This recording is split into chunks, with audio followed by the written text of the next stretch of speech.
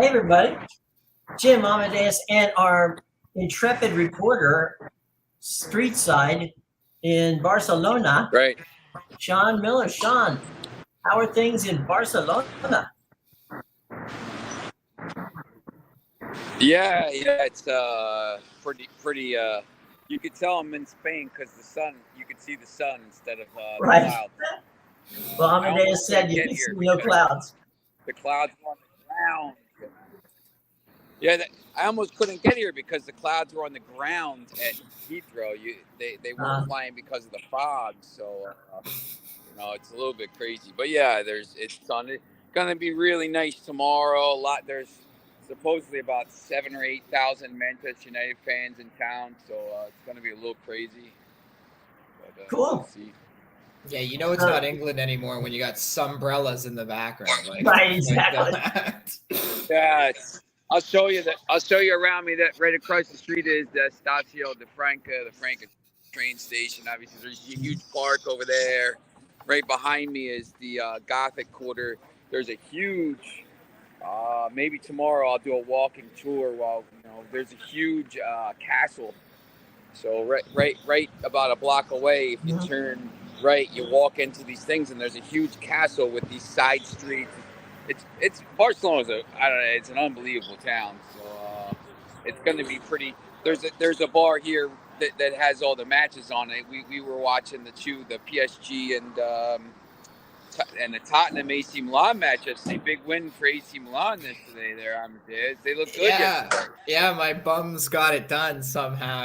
They score a fluky goal in like the 5th minute and manage to hold on for 90. They So should. Yeah, I thought Tottenham was terrible. I thought you guys really outplayed them. I think now you guys are in a really good spot here because you just need to draw against a team who has only three midfielders. So I think I would probably say you're. I would favor you guys to advance at this point. And if you get to the quarterfinals in this, it's wide open. I don't think you watch PSG and Bayern.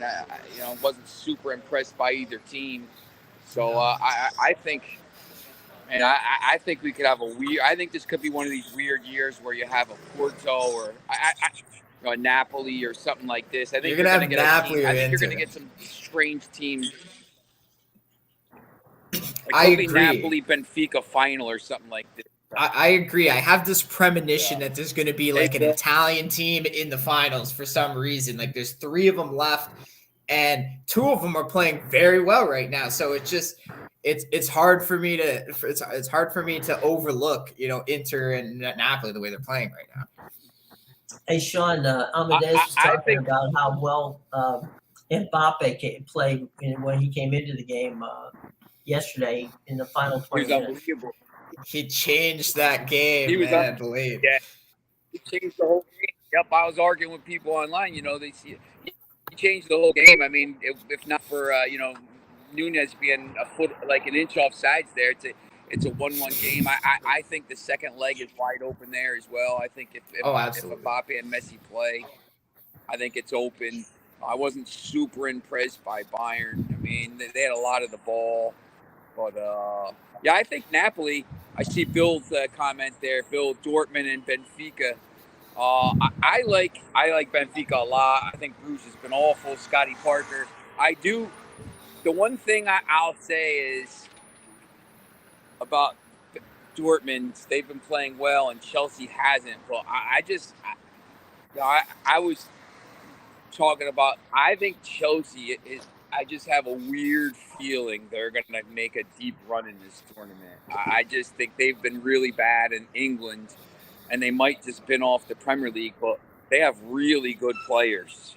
Like this guy Enzo Fernandez is really good. I mean, they have good players, and I think in Europe, these players could play well. I have a feeling Chelsea could get a result tonight. I don't know. It's just a feeling.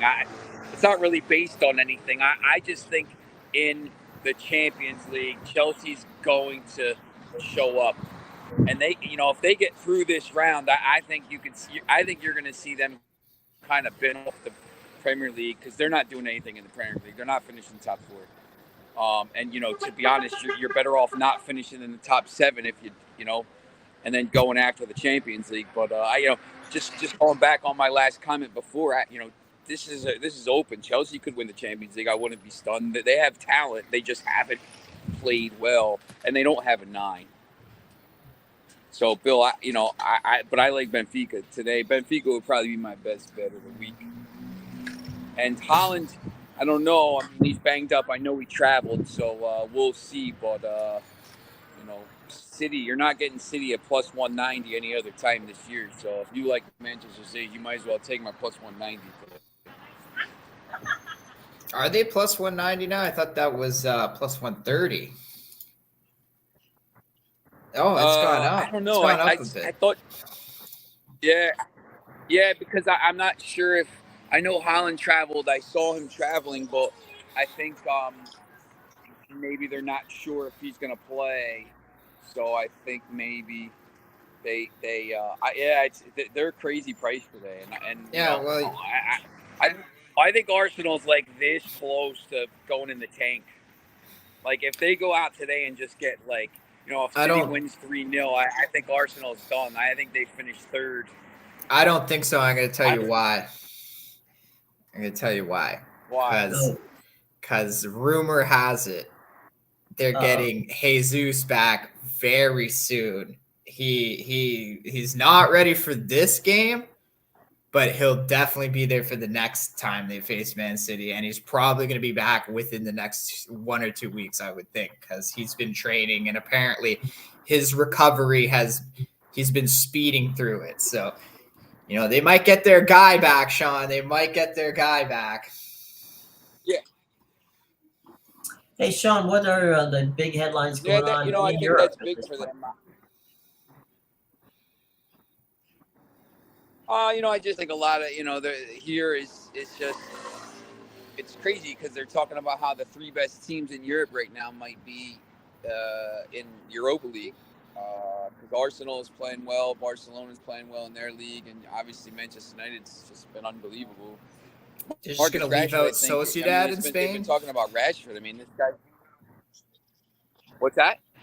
They're going to leave out Sociedad in Spain? How dare they? Oh, yeah, maybe. I mean, they've been good, too. I mean, that's the thing. I mean, this competition is pretty competitive. Yeah, no, I think that's right. But, I mean, even here, I mean, I think in England you don't realize how big Marcus Rashford is. And, he's the leading scorer in the whole of the world now since the World Cup. I mean, the guy's been... he's in Ballon d'Or form. He scores every single game. I mean, they just the whole coverage has just been about how good he's been. I mean, since the World Cups ended, he's scored in every game but 2. And in those 2 games, I think he had 2 assists. I mean, the guy's he can't stop scoring. I think he might have an illness, so he might not play. If he doesn't play, I think United's in trouble because they're missing some other players too. Once again, it's great to be here, but if Manchester United gets knocked out of the Europa League, it's not the worst thing in the world. I think they'll go on and finish 2nd or 3rd in the Premier League if it happens. And I think they just have to win a cup. If they win the Carabao Cup and finish 3rd and maybe go to a FA Cup semi-final or something like that, I'd be happy. But talking a lot about, obviously when this, over here now, the story about the referees. I mean, I guess Barcelona had the head referee on, he paid him 1.5 million euros. So, that's a little dodgy. So they're saying, maybe it was for consulting. So that kind of story kind of is blowing up a little bit today here, but mostly it's about the game tomorrow. I know Real Madrid plays tonight. There's a lot of big games tonight. Real Madrid plays, obviously, the Champions League, City and Arsenal, and then the Europa League playoffs. I mean, there's 8 games tomorrow. So it's a really big week finally. Of it's been there's been some good weeks, but I think now that the European games are back, I think it's up a notch. So it's pretty interesting here. So the weather looks nice. What's the weather like there in Barcelona today? Give me your weather It's forecast. about 60, close to 60, and yeah, it's close to, it's a little, it's, I know for tomorrow, like tonight and tomorrow is supposed to drop down. Like tomorrow night for the match is going to be about 45 maybe, so a little chilly at night. But I mean, I was walking around here today basically in a t-shirt for a while. So I mean, it was about 60. We're close to the ocean. I mean, the Mediterranean is about maybe 6 blocks right there. It's really easy to get to. So it's a little windy, but I'm not going to complain. But I heard it's like 65 at home, so you know, it's really nice. I mean, England is, Is it's England? cloudy. I know. Yeah. Manchester rains all the time. So like that's the thing. All these English fans are here, and they're just like they're walking Beating around it in up. shorts because they don't know what to. They They're don't know like, what that big thing in the sun. Yeah, they're like, what the hell is that thing in the sky? I don't know what that is. I haven't seen it. It's I an think in unidentified Manchester. flying object. Yes. Yeah, it rained for like 30 straight days in Manchester this winter. So like I think they don't know what to do with themselves here. they don't know So what they're the running sun around. is. Right. Yeah, it's crazy. So you said there'll be quite a nice contingent of United fans there tomorrow. Saying maybe like 8,000 by the time the game starts. Wow. There's a bunch here. I came in yesterday in the afternoon. There was already some here. There's a lot here now, and there's more coming in. Like the Las Ramblas will be packed tonight. It'll be pretty crazy, and then obviously Thursday. But it's when you get a chance to come over here, man, it's a little crazy because they gouge you. Like my flight back is 6 a.m. on Ryanair Friday to Manchester because the other flights were all like $350, $400. My flight was like 40. So it's just it's ridiculous. I mean, they gouge you for the flights because they know all the people are going back. So, but it's if a lot of people get a chance to come over here for a couple days, it's a little mini vacation. So. Well, the other thing is, they wouldn't be a sports city if they didn't gouge you. That's part of the deal. Yeah. Part of the charm. Yeah. It's excuse me. Yeah, it's. I think. Look, there's not a team in Europe that travels like Manchester United. You see some of these. It used to be a joke. Like City would go to games and bring 250 people, but obviously they have more now because they all the fair weather fans they have. But that there's been some issues with today. I know the ATC in Germany went down, so a lot of flights were canceled. Yesterday, a lot of flights were canceled because of weather. So it's been a lot. I've listened to a lot of people who had to get routed through Madrid or routed through Brussels to Barcelona yesterday because of that. And then today, obviously, with the system going down, I think in Dusseldorf, flights are getting rerouted all over the place. But it doesn't. It's just people are just getting there. It doesn't matter. They're just coming to obviously see United play. It's interesting too. Like when you talk to the people that go to the matches, it's not maybe about like the. Obviously, you want to see them win. Like against Leeds, I was at the Leeds match on Sunday. It was just carnage, but like it's more about like meeting up with people and hanging out in the sun and stuff like that. And hanging out in the sun, which we never get to do in the Premier League. Exactly. Trying to and all that stuff. I don't have to bring the garbage bag with holes in it today. Right. Exactly. You're safe. I got to go meet one of the journos here. I just wanted to check in and say hi to everybody. But well, we greatly appreciate it. I'll be back on tomorrow. We'll go over some of these Europa League matches. Cool. Well, look, have a great day. All right. Take care. All right. Bye. See everybody tomorrow. Yeah, enjoy your day, man. Bye. Yeah, have a good time. Well, there you go. You never know who might just drop in, literally. Oh yeah, nice sunny weather. Yeah. So why would you not want to be in Spain, for heaven's sake? Looks nice. You could tell, right? Like right when he came in, it was like the sun's in the background. The buildings don't look 100 years old. It was like, oh my God, that's definitely not in England anymore. Right. It's it looked like you wanted to be there. Look at that. I mean, it looked like there was some nice street cafes behind them. Yeah, bright yellows, nice vibrant colors in the background, not this dreariness to match the weather. Right. It's like, oh God. Yeah, and then the Mediterranean right around the corner, not a bad deal. So, just take a walk there. Yeah, he said he's only 3 blocks away. Might as well go.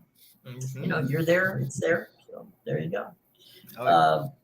So now, what's going on today that is exciting? Let's take a look at the schedule for today. Yeah, I got a few games, few big games. Obviously, the 2 Champions League, and then there's the Arsenal, Man City in the Premier League. La Liga also has the Real Madrid and Elche match, as Sean mentioned, but I don't think anybody wants to bet on Real Madrid at minus 550. You'd have to take them -2 here, and frankly, I don't think they've been that great lately. I can't see them blowing Elche out 3-0, 4-0 when they haven't been playing that way. So that's a game just stay off it. There's 3 better games today. Right, stay away, do not touch. Yeah, there's some big boy games today, so stay off the small fries there, Elche. Not a great team, but this I guess we'll start it with the Champions League. Obviously, I know Sean touched on Bill's question there, Dortmund and Benfica. Yeah, Benfica's a team that Sean's been talking about hopping on them over the last few weeks. They were plus 100 and now they're minus 120 coming into today. I think that was like that yesterday too. So bit of money has come on Benfica. They've lost a few players in the transfer window, but this Club Brugge team, they have been brutal in Belgium.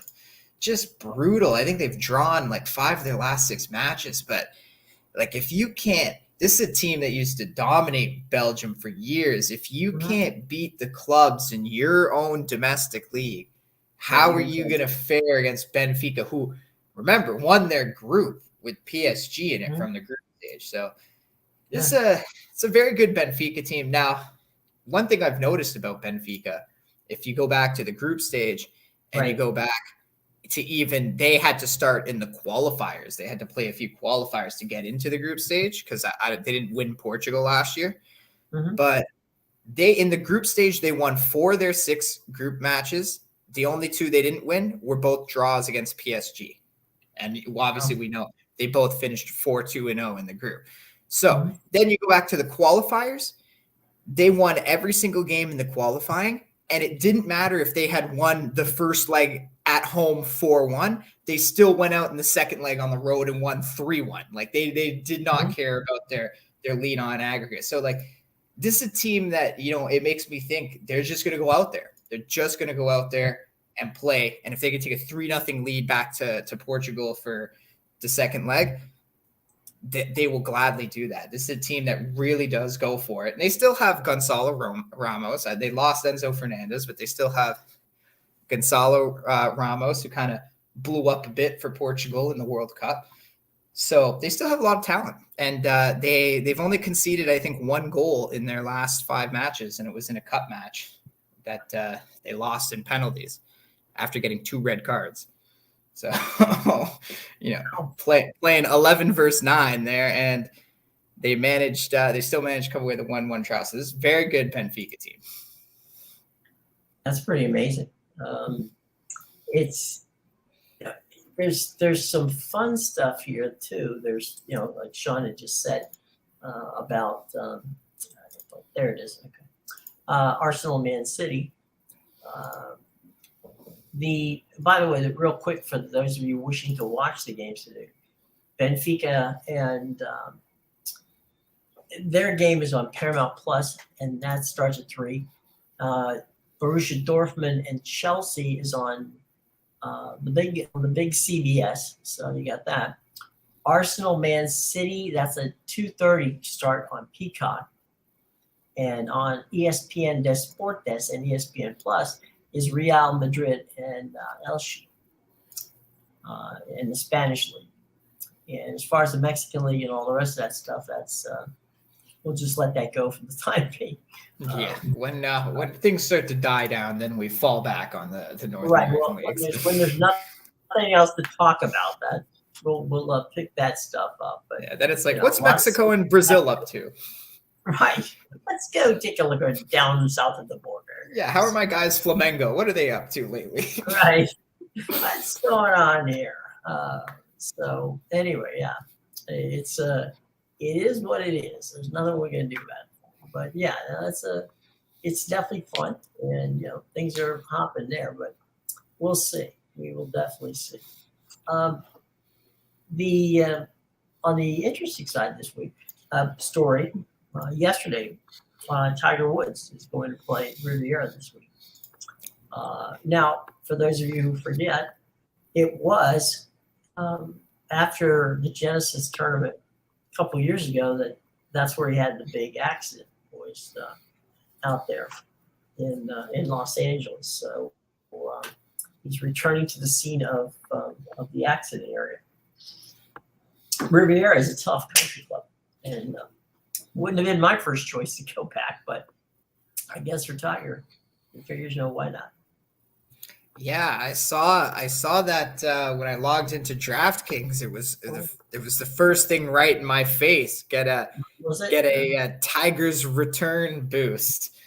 Get Tiger Woods at plus 200 to make the cut, and I said, okay, so Tiger's returning.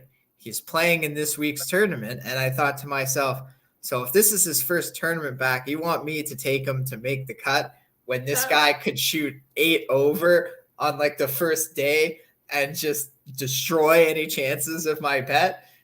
Well, no thanks. Riviera is not an easy club to play. And I'm glad you said that, because that reinforced my decision even more.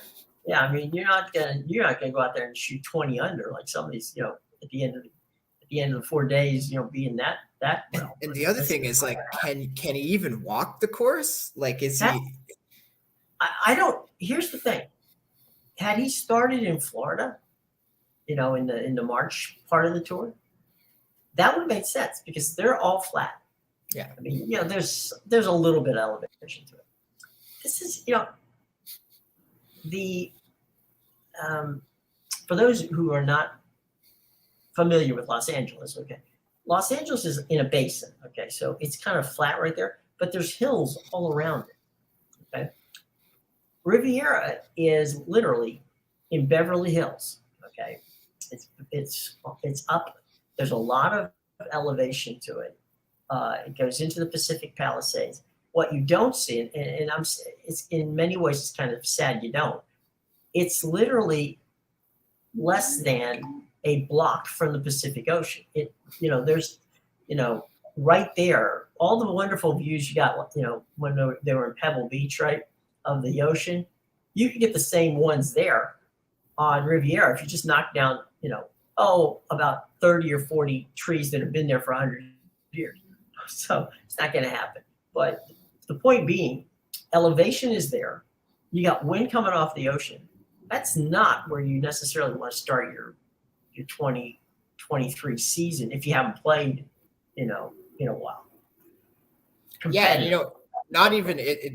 There's all those factors. So you got the elevation, you got the wind, you got the fact that the ocean, being a massive body of water, tends to pull the ball towards it. So you even got to take that into account when you're putting and things like that. Like, you're gonna get a bit of a pull. So yeah, he picked a hell of a tournament to make a return. That's for sure. Well, yeah, I mean, I would, check his tee times too, because, being that close to water, you're going to have morning dew. It's going to be all over the place. You may even have a little morning fog. Okay. And so, yeah, I mean, he's gonna, he's gonna play the morning one day. It's either Thursday or Friday. So, check the tee time. If it's early morning, whoa, that would not be preferable, because that ball's gonna be, when you hit that dew, that ball's gonna be spraying all over the place. So Oh yeah. I don't know. And then the other part of it is that because you're that close to the ocean, the temps are down a little bit. So if he gets out early in the morning, how is the dampness going to affect his leg? Yeah, I was gonna say that, like the bones, right? Right. And it might be even a little cooler just because of the breeze, I guess, from the ocean breeze. So it's a lot of factors to take in. Now, obviously, he doesn't have the humidity he would have of being in Florida, and maybe that was part of what influenced. You get a lot of wind in Florida. To be fair, you get a lot of wind in Florida in March. So maybe he was looking at it like the wind and the humidity, but yeah, I would have picked an easier course, definitely, if I was. Well, I mean, to be fair, the course last week in Phoenix, where the Waste Management, it's not a tough course. It's a PGA course. Okay. No, they got to roll the bleachers out there, so it can't be too many obstacles in the way. Right. No, it's a pretty level course for and it's in the desert, right? So what do you have to lose? I mean, you could that's definitely a tournament over 4 days you could get in double figures under par. Exactly. Flatter course, dry heat. And of course, the Super Bowl would have been there. I mean, Tiger would have rolled out and had a good time. They would have showed him on TV. Yeah, they showed him on TV, and then he'd have been on the course, and then make a quick trip over to the stadium.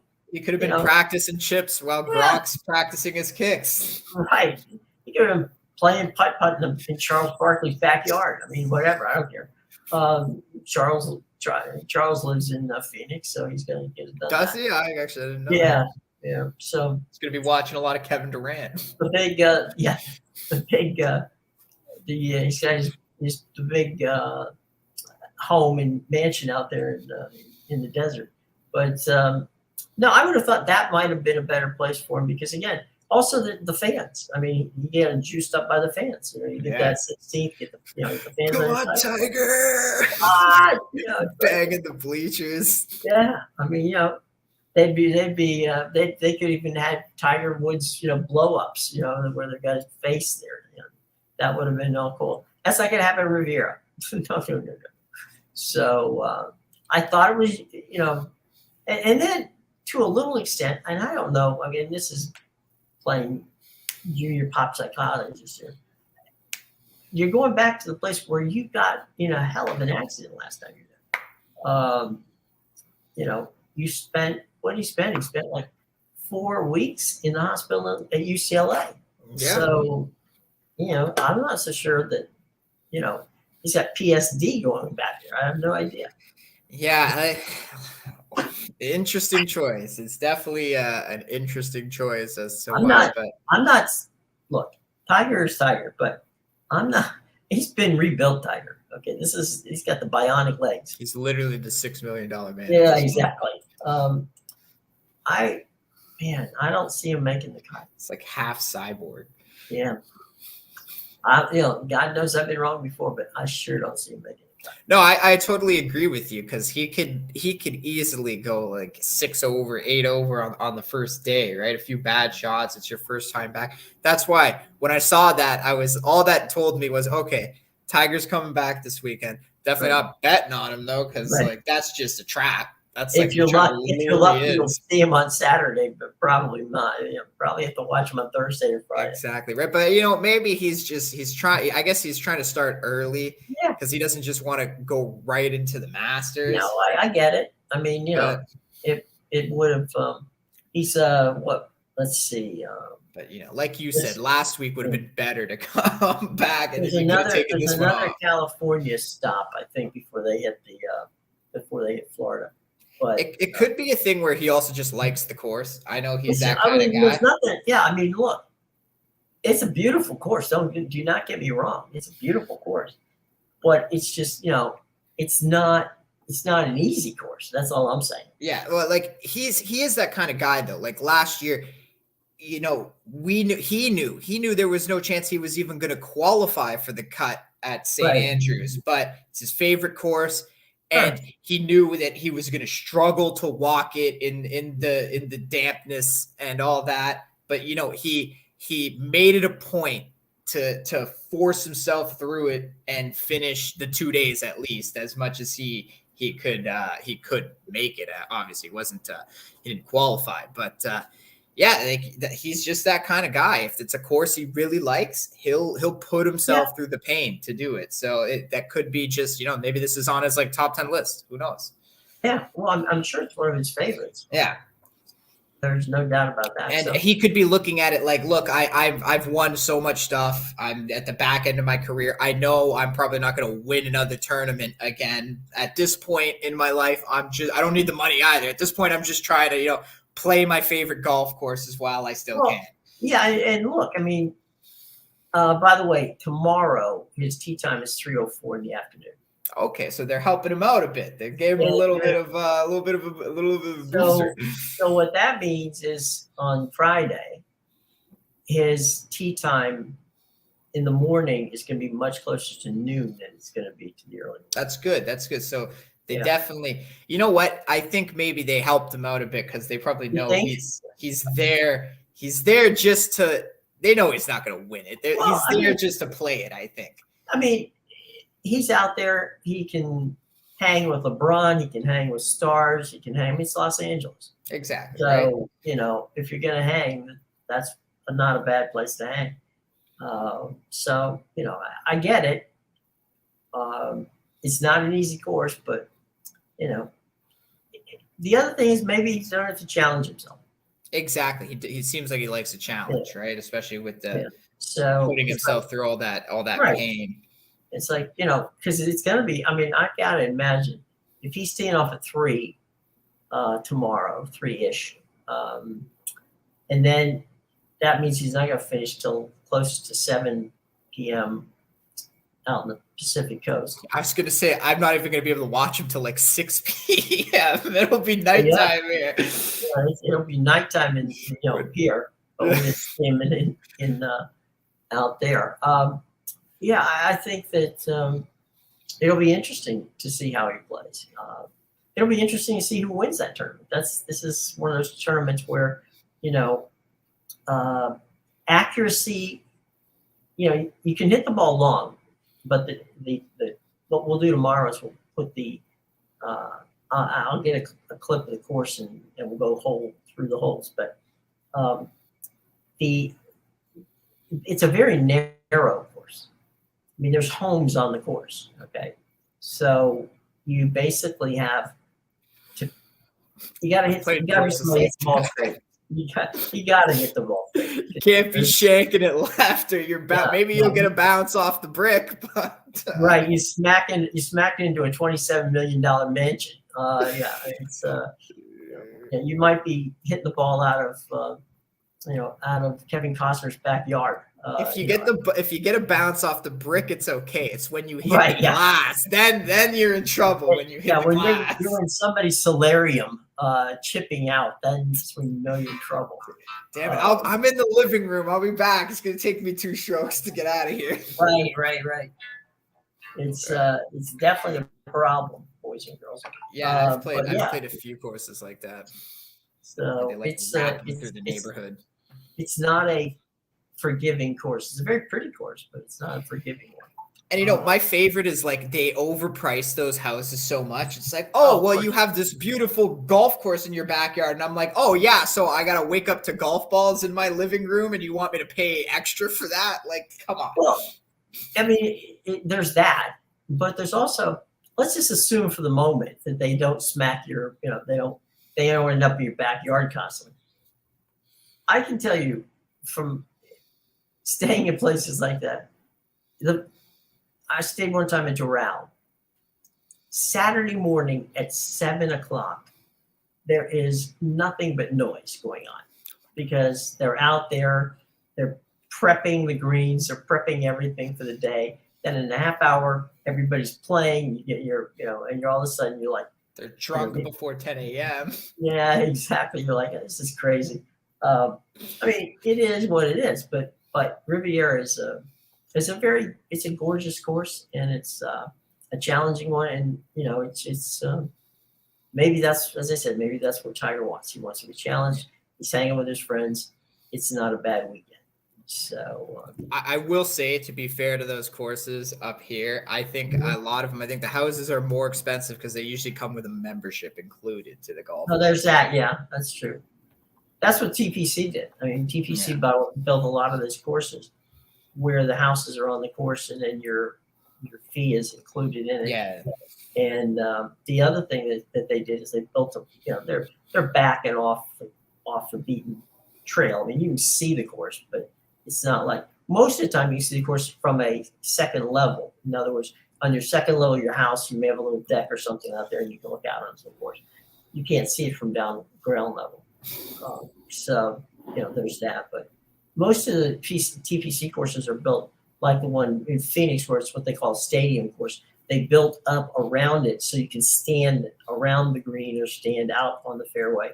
And you can see things that you couldn't see if it were like the traditional, like Riviera, like a traditional course where, it's not built for spectators. It's built to watch, to play the game. So, there's that.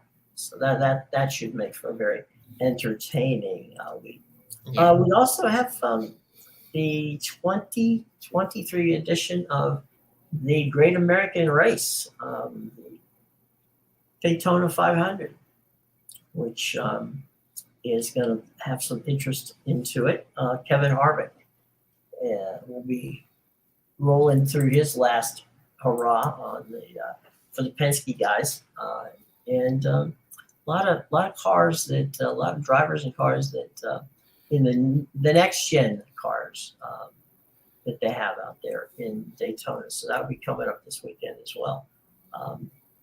They're the only circuit sport that actually begins with their biggest race of the season at that's the first race of the season.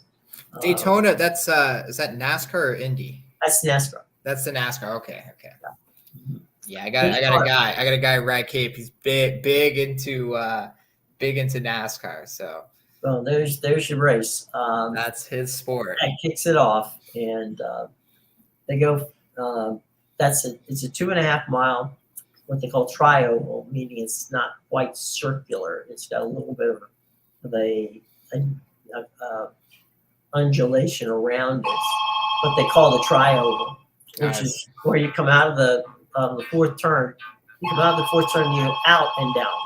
Oh, okay. So it's not like an S curve in F1 or any of that. It is, however, pretty interesting, and it's a fun course to watch the race. If everybody doesn't mind taking left turns. So that's pretty.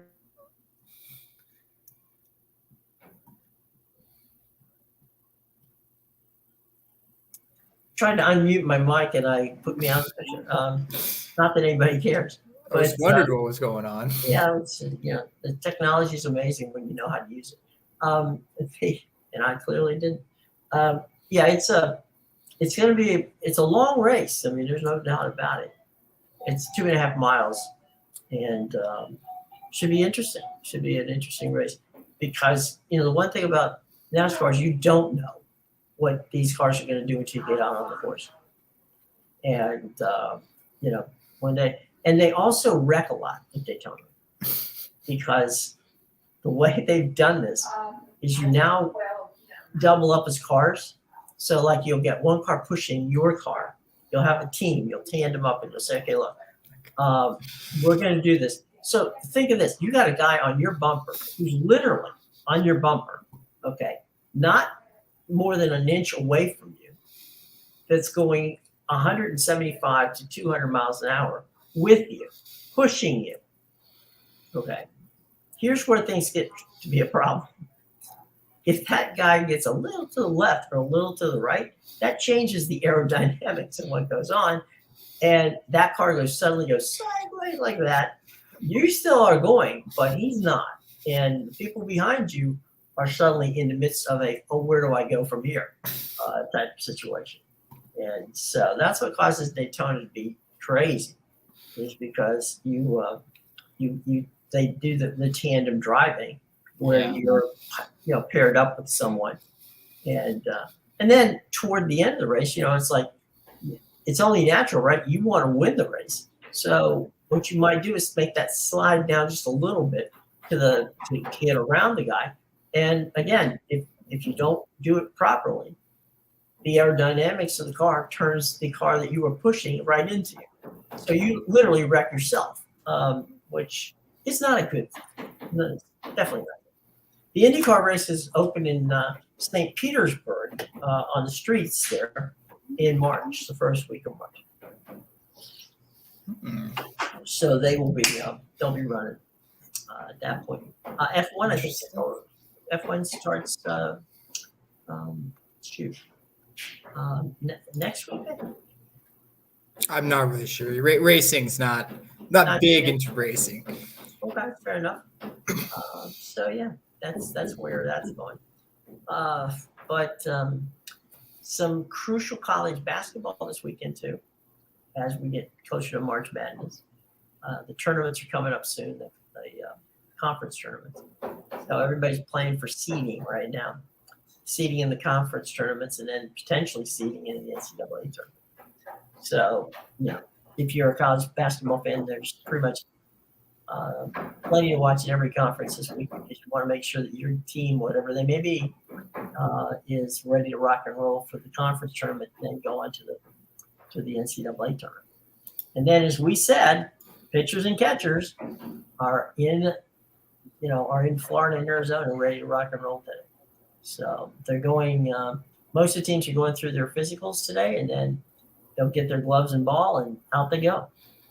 So, and remember that this year we have a World Baseball Classic. So there'll be games starting early, which guys will be away from their team and being playing for the country when the baseball tournament begins, and that's going to start mid-February, and it'll play through March, and we get an end of March opening day. So that's good. Early money's on the Dominican, as it always is, because it's a lot of good players from the Dominican Republic. And Team USA, we'll see how that plays out. But it's and even get some interesting Team Italy. I mean, there's been some Piazza is there really? Yeah, there's a Team Israel, which I always thought was kind of funny.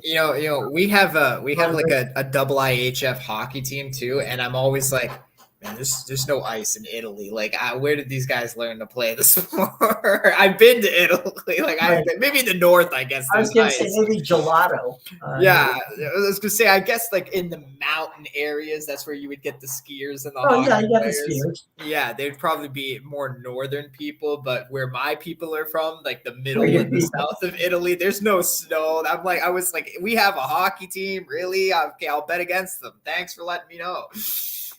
Well, I mean, they got hockey teams in in Florida, so you never know. Latvia's got a better team than Italy.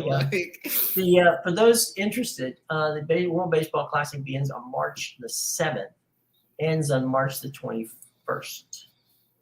So there you go. Probably I'll tune into that. And some pre-baseball action. Yeah, some pre-baseball. Here's the pool. Pool 1, Chinese Taipei. Okay. The Netherlands, Cuba, the aforementioned juggernaut of Italy, and Panama. Put your money on the Italians. Get money on the Italians. I didn't even know they knew what baseball was. It's interesting. So Pool B, Japan, Korea, Australia. These are three big. Those are going to be good teams. I watched the Korean league, so Japan, bad pitching in Korea, but Australia, China, and the Czech Republic. Pool C, the United States, Mexico, Colombia, Canada, and Great Britain. And the final one, Pool D, Puerto Rico, Venezuela, the Dominican Republic, the aforementioned Israeli team, and Nicaragua. That's a loaded pool. It seems like they tried to make the pools very similar in time zone, and then threw like one outsider in there, like the Great Britain one in North America. That's what I mean. Israel in the South American group, Britain in the North American group. The Czech Republic in with all the Asian teams. That's what I mean, right? It was like literally like, okay, we'll pool all the time zones, and then we have a few leftovers, so we'll just like scatter them in. But Pool A is the one that's really got the most bizarre, because you got Chinese Taipei, you got the Netherlands, you got Cuba, you got Italy and Panama. That's like the mix. That was like the mixed bag group. So that's the only one we have left. They did the groups backwards. They went North America, South America, Europe, Asia, and then we're like, okay, well, we got these handful of teams, so we'll do like a miscellaneous group, and then the other 5 just like sprinkle them in the groups. They're playing Pool A in Taiwan. Okay. Pool B is being played in Tokyo. You'd think though, like the Chinese Taipei, you'd think they'd put that in with like Korea and Japan and China, you know, similar leagues, similar area time zone, but it's okay. We don't make schedules, Jim. That's not our job. We don't. Yeah. Apparently scheduling is not a big thing these days. Yeah, exactly. Pool C, which is the USA, Mexico, Colombia, Canada, and Great Britain, is going to be played in Phoenix. And Pool D, which is Puerto Rico, Venezuela, Dominican Republic, Israel, Nicaragua, they're playing in Miami. Oh, okay. So it's only really like Britain and Israel that suffer time zone wise in those 2 pools specifically. Yeah, but they're also in places where we just got, Sean reporting from Spain saying how lovely it is. I'm sure the Brits are not going to be too unpleased playing in Phoenix. Sun, heat. Yeah. There's in other places too. We're in the desert. Yeah, it's not just Spain. And then you got the humidity and the wind in Miami, but they're probably playing those games in the Marlins Stadium. The quarterfinals. Quarterfinal 1 is in Tokyo. Quarterfinal 2 is in Miami. The semis and the finals are in Miami. So there you go.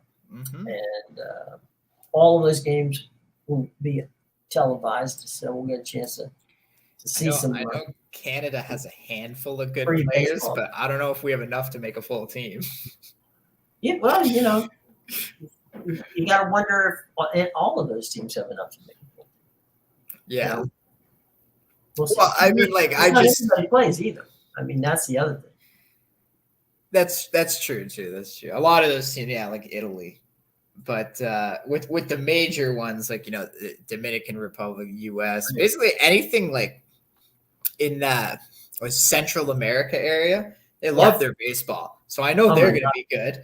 Yeah. USA, even if their talent's not as good as Dominican Republic, they have the numbers in people. Right. That's in pure volume. The thing is, we don't have good infrastructure. I told you, a lot of my friends, if they're good in baseball, they go to the States and go to like a college there, right? So this is what I mean is it's like we have a few players that, get sprinkled down and manage to make it into the big leagues. But I don't know if we have enough to put together like an actual, let's get 9 guys in the lineup. Let's get a decent pitching staff together. Like it might just be some makeshift guys in there too, or maybe just some players. There's probably a lot of Canadians in the MLB that I don't know about that just aren't like well known or good. I know Josh Naylor, I think it's Canadian. Cal Quantrill. Yeah. That's it's like I think that's all I know for Canadians. There's your starting lineup. I mean your team.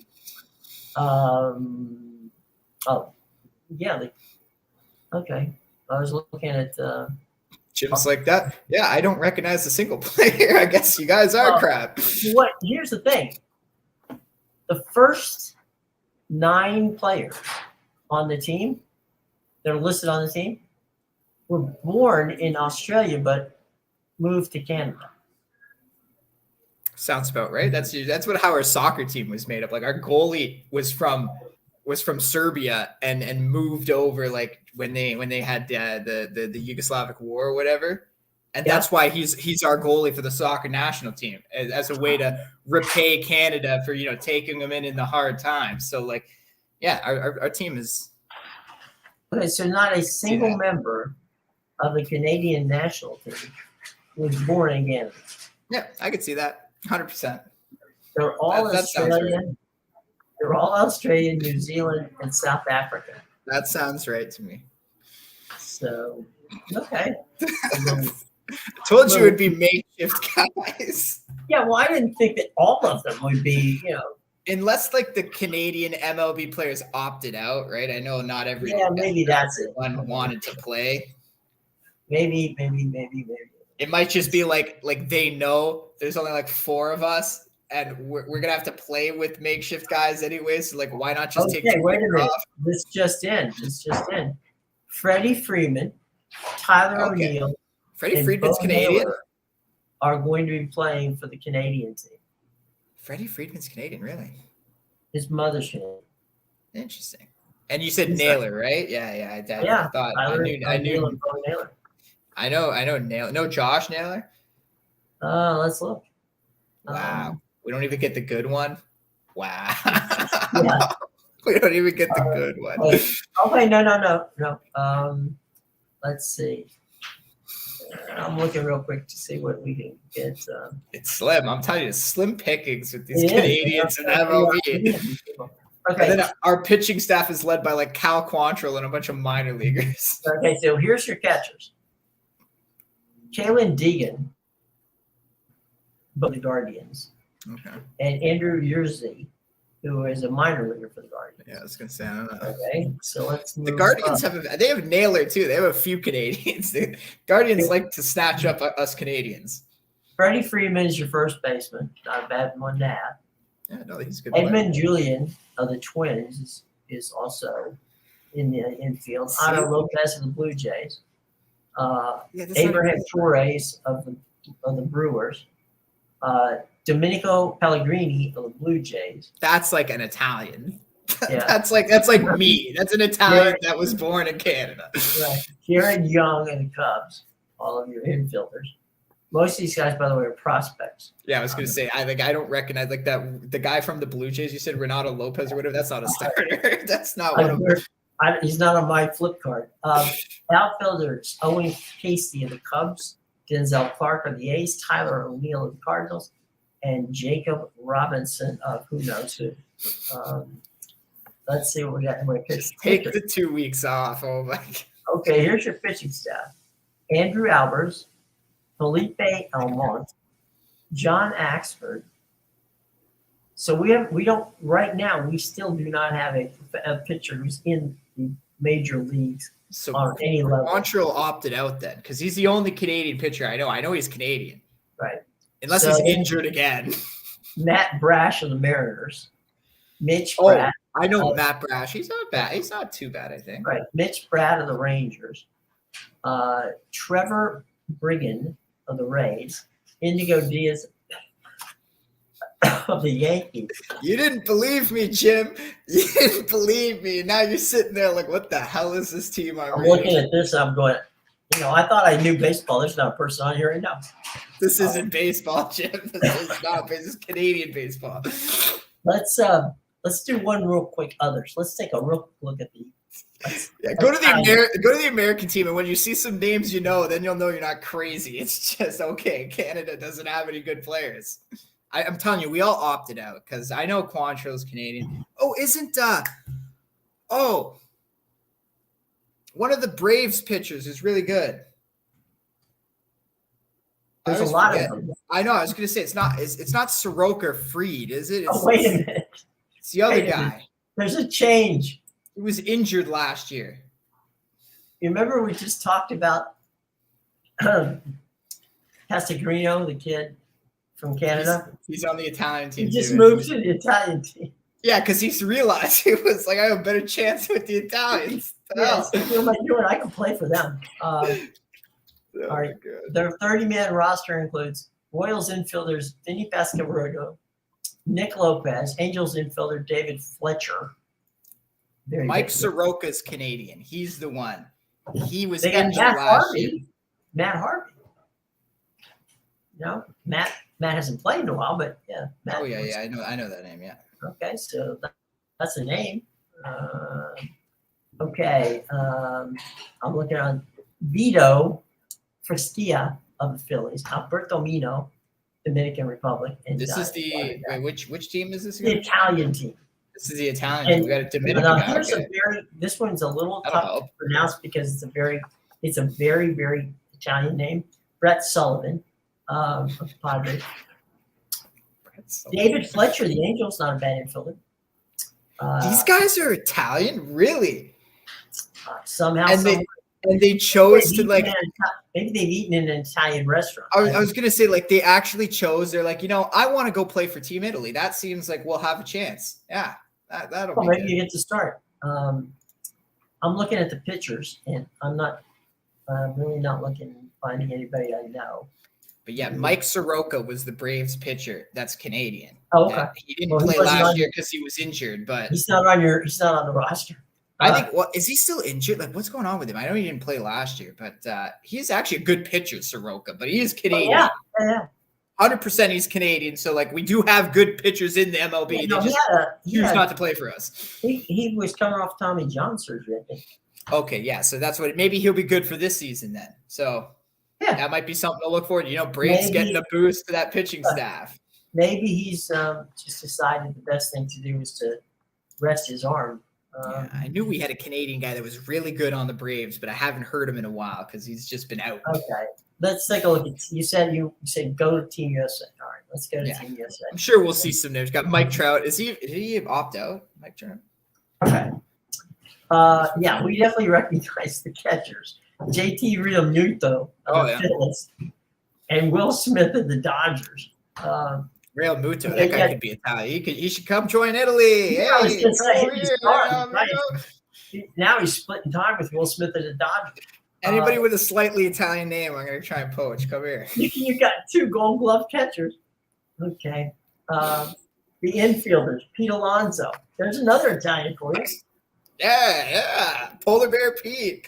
Pete, come on. We got pasta. Let's go. Yeah.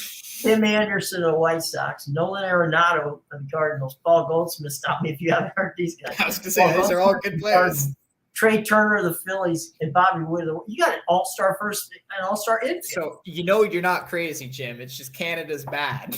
Holy mackerel. I didn't think that. The outfield's Mookie Betts, Jeff O'Neill, Cedric Mullins, Kyle Schwarber, Mike Trout, and Kyle Tucker. Are you sure the Dominicans are going to win? Let's see who the pitchers are. Jason Adams of the Rays. Daniel Baird of the Rockies. Okay, so this is where it drops off. Yeah. Andy Bednar of the Pirates. Because that's right. That's right. The U.S. goes to Japan and Korea to get all their pitchers. Right.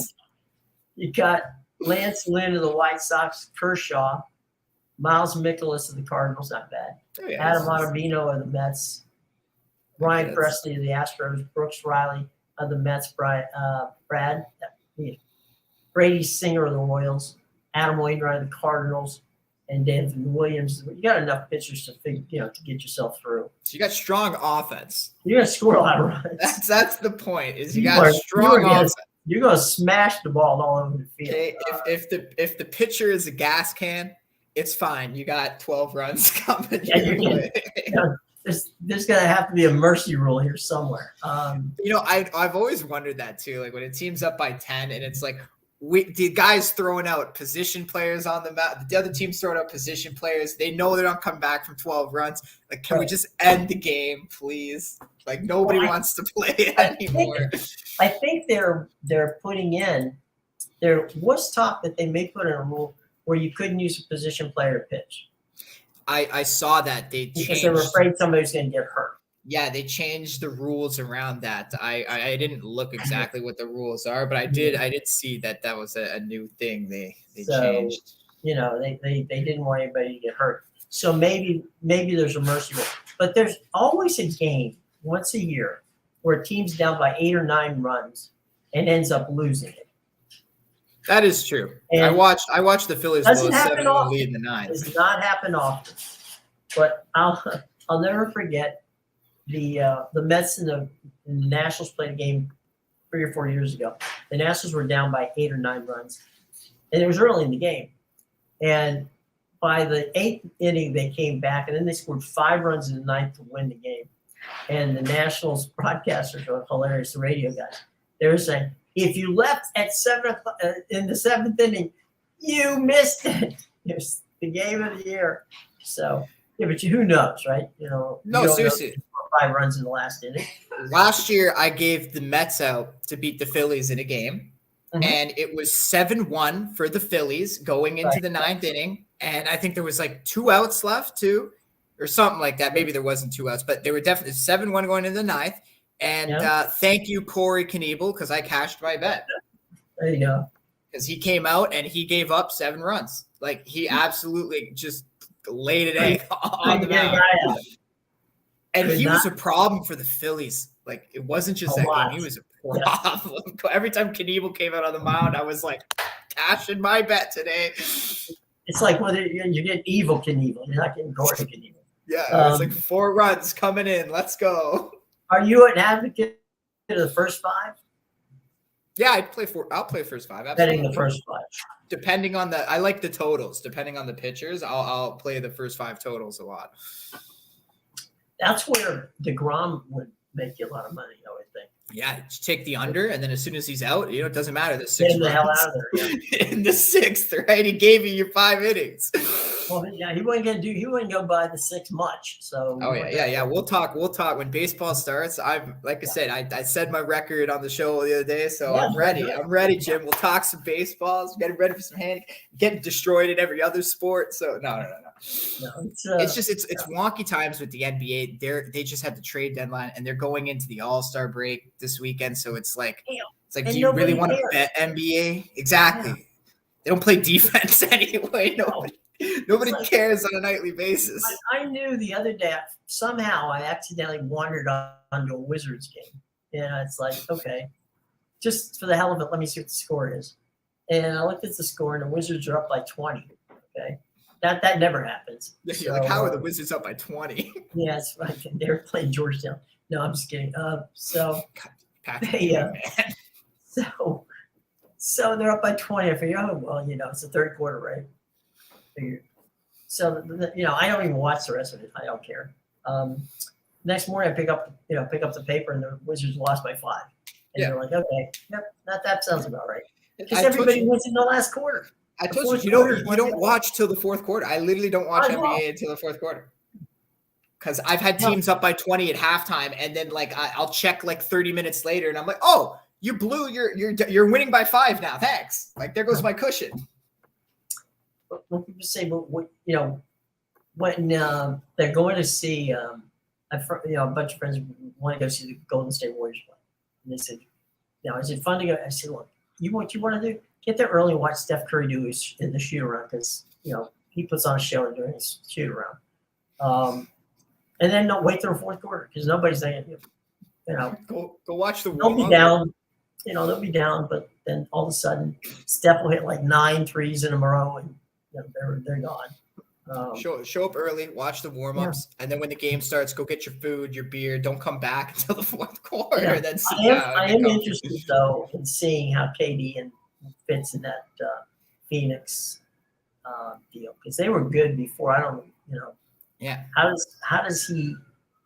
Sometimes addition does not mean good things. Oh yeah, did you see the Kyrie effect?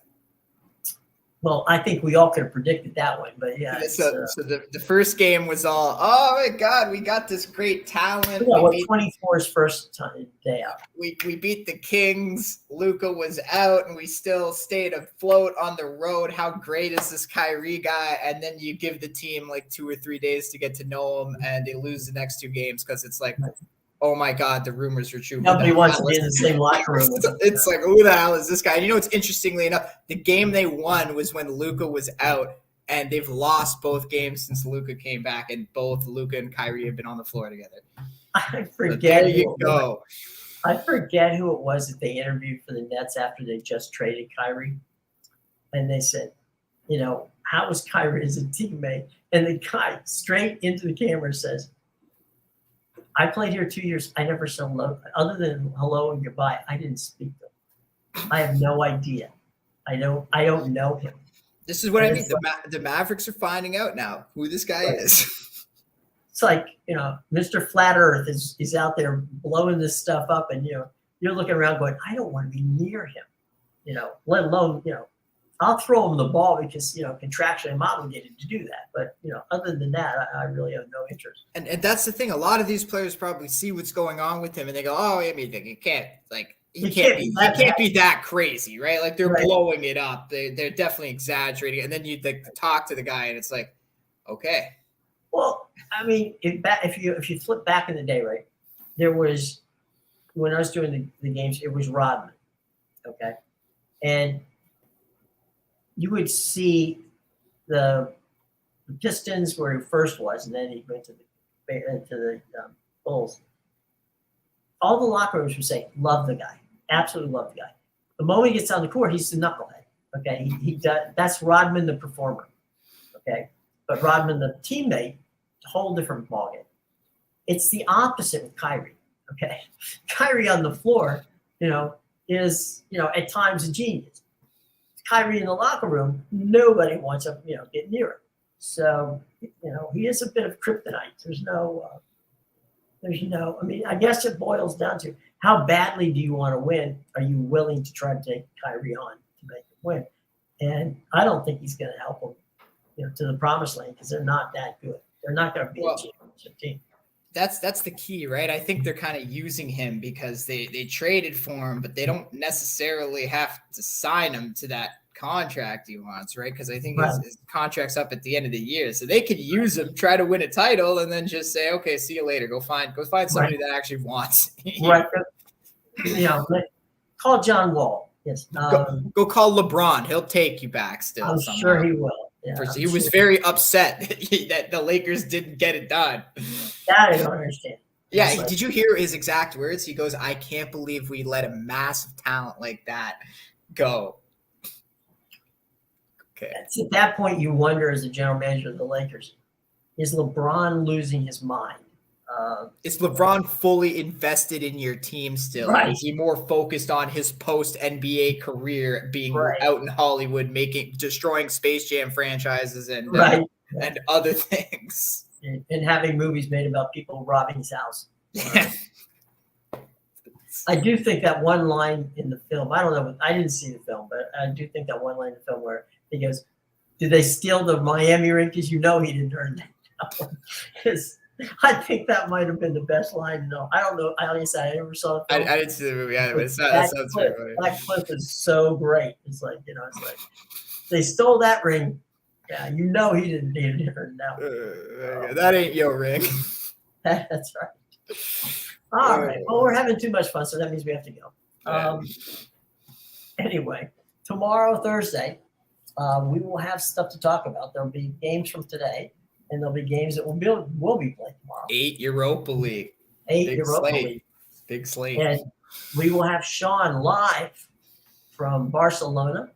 Who knows? He might be at the beach. You never know. Maybe he'll be at the stadium for us.